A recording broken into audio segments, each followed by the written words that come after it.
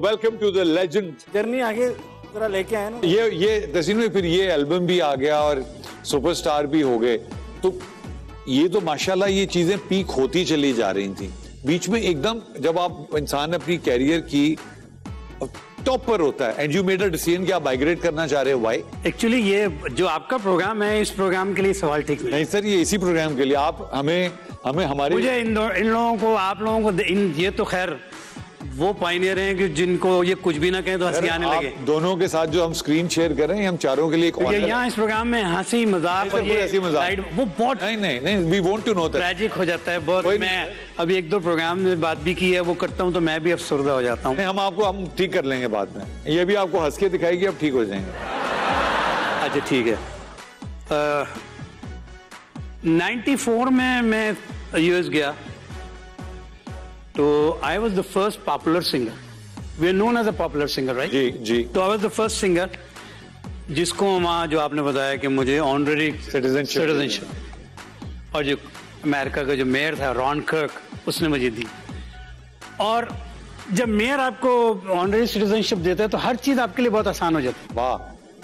वहाँ रहने के बाद मीन्स कि आप अपनी कम्युनिटी के लिए बहुत इंपॉर्टेंट हो गए। आपको पता है जो भी आप सभी जाते रहते होंगे America, and you know all about states में क्या होता है कि अगर आप अपनी कम्युनिटी के लिए बहुत पॉपुलर हैं या ज़रूरत है कम्युनिटी को आपकी, तो आपको बहुत हेल्प करते हैं, सपोर्ट करते हैं, आपको स्टेटस दे देते हैं।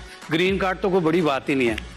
तो मुझे जब ये ऑनरेडी सिटीजनशिप मिला तो मेरी कम्युनिटी, डॉक्टर अमानुल्लाह खान वहाँ डेलस में वेरी पॉपुलर, वो कैंसर रिसर्च के बहुत बड़े डॉक्टर, वो सब लोग मेरे पीछे पड़ गए कि आप तुमने बस यहीं रहना है। अब तो ये तो तुम्हारे लिए तो जिंदगी बहुत आसान हो गई, ये तो हर चीज बहुत मैंने कहा मुझे ये सब ऑनर मेरे लिए ऐसा है कि मैं जिंदगी को एंजॉय करूंगा ये लेके। वो सर्टिफिकेट आप देखेंगे तो ये दो जुमले बस बहुत होते हैं, लेकिन मेरा जो मुल्क है, मेरे जो लोग हैं, वो जो मेरे साथ करते हैं ना, वो मुझे हर जगह चाहिए, वो मुझे यहाँ नहीं मिलेगा। वाह वाह वाह। तो उस टाइम पे 90s में तो मैं रोड पे गुजर जाऊं, कोई बस में से गुजर रहा हो तो मुझे पहचान लेता था। अभी मैं बहुत 22 साल से मैं टेलीविजन पे नहीं हूँ, तो वो सारी चीजें मैं बहुत एंजॉय, एक बच्चा जो है इतनी शोहरत एंजॉय कर रहा हूँ, तो मैं नहीं मान रहा था।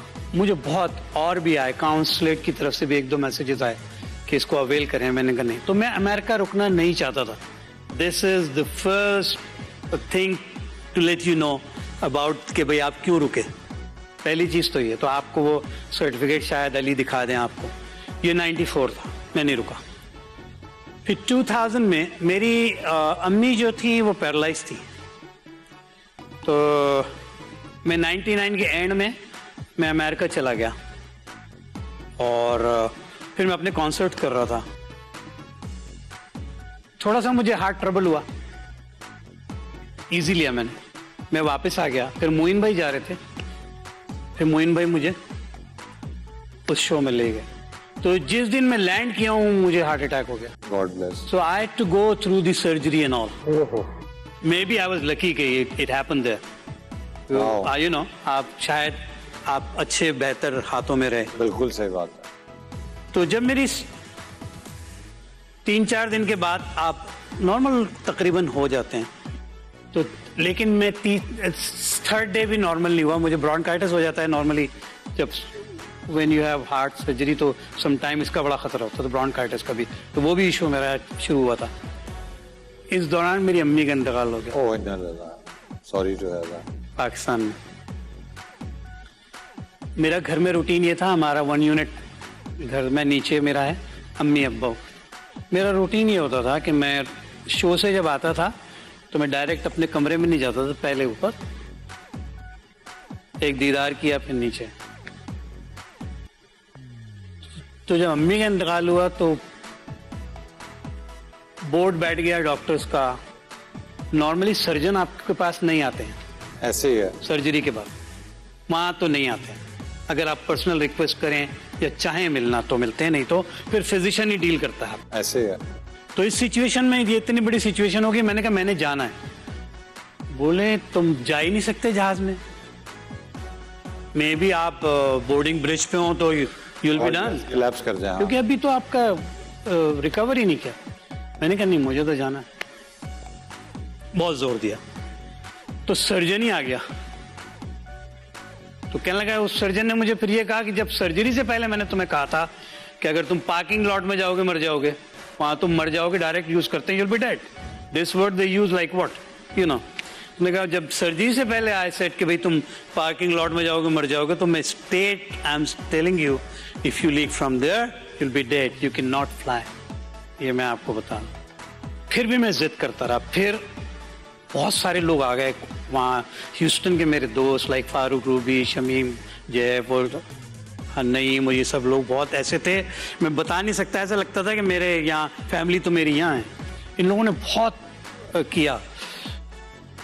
तो फिर इन्होंने कुछ आलिम बुला लिए, बुजुर्ग बुला लिए, कुछ जो मजहब से जिनका बहुत था। फिर उन्होंने उनको मुझे मेरे सामने बिठाया, बोला एक तो आप अपने साथ ज्यादती कर रहे हो, उम्मीद आप अपने आप को मारना चाह रहे हो, क्योंकि आपको डॉक्टर की भी सुननी चाहिए, भी कहते हैं सुन्नत है, मुझे नहीं पता है कि नहीं है, तबीब की ऐसा कुछ है ना, तबीब की भी सुनना चाहिए, यह हदीसों में होगा। और दूसरी चीज़ जो इम्पोर्टेंट है वो ये है कि अब वो जा चुकी हैं, वो अमानत हो गई हैं, तो वैसे ही आपको पता 24 से 40-30 घंटे लगते थे। उन्होंने बैठ के मुझे समझाया, फिर मैं नहीं आया। वो जो मैं नहीं आ सका हूं ना अम्मी के लिए, वो लम्हा जो था जब ये डिसाइड किया कि नहीं जा सकेंगे, वो खराब था। फिर मैं वो ये सब कुछ चल रहा था, मैं नहीं आ, मैंने कहा अब मैं जाऊंगा नहीं। तो फिर मुझे रिहैबिलिटेशन के लिए कहा गया। तो रिहैबिलिटेशन के टाइम में मैं इस खौफ में जाता था, जब मैं रिहैबिलिटेशन करता था, they ask you to run on a treadmill and all, आपके सब लगे होते हैं, तो मैं उसमें चला जाता था कि मैं कैसे जाऊंगा, अल्लाह अकबर, मैं घर में ऊपर कैसे जाऊंगा, उस फेज में चला गया, रुकता गया 911 इंसिडेंट, बहुत बुरे हालात। तो मैं रिहैबिलिटेशन कर रहा था, मैंने थोड़ा रिकवर किया, माइंड मेकअप नहीं किया।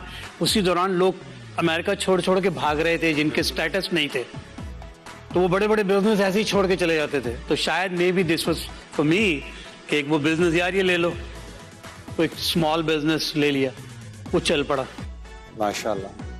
वो जब चल पड़ा तो इन्वॉल्व हो गया। तो मैं इस तरह रुकता गया, म्यूजिक मैंने नहीं छोड़ा। मैं आपको एक क्लिप दूंगा और वो आप लोग जरूर देखिएगा। मेरी जो लास्ट परफॉर्मेंस है, मुझे नहीं पता अगर मैं अभी फोन में दिखाऊं तो आप उसको कैप्चर कर सकोगे नहीं, हम आपसे लेंगे बाद में, ठीक है जरूर प्लीज। कि मेरी जो लास्ट परफॉर्मेंस है उससे आपको आइडिया होगा कि मैं मुसलसल म्यूजिक में हूँ बहुत। मैं माशाल्लाह वहाँ कॉन्सर्ट करता हूँ, फिर मैं गाता भी रहा, सेटल हो गया। ये बातें याद ऐसी हैं कि रहती हैं, ये भूलना तो चाहता नहीं हूँ मैं तो खुद ही याद करना चाहता हूँ। लेकिन क्योंकि मैं उस टाइम पे गया था, उस वक्त मेरे गाने इतने मशहूर हुए थे, दिल हो गया, तेरा दीवाना तो था ही। उमर शरीफ के गाने बहुत मशहूर थे मेरे, जो उसकी फिल्मों के थे।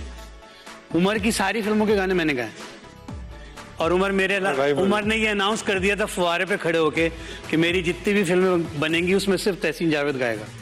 तो मिस्टर 420 में सारे गाने मेरे हैं, मिस्टर चार्ली में सारे गाने मेरे हैं, मिस फितना में सारे गाने मेरे हैं, चांद बाबू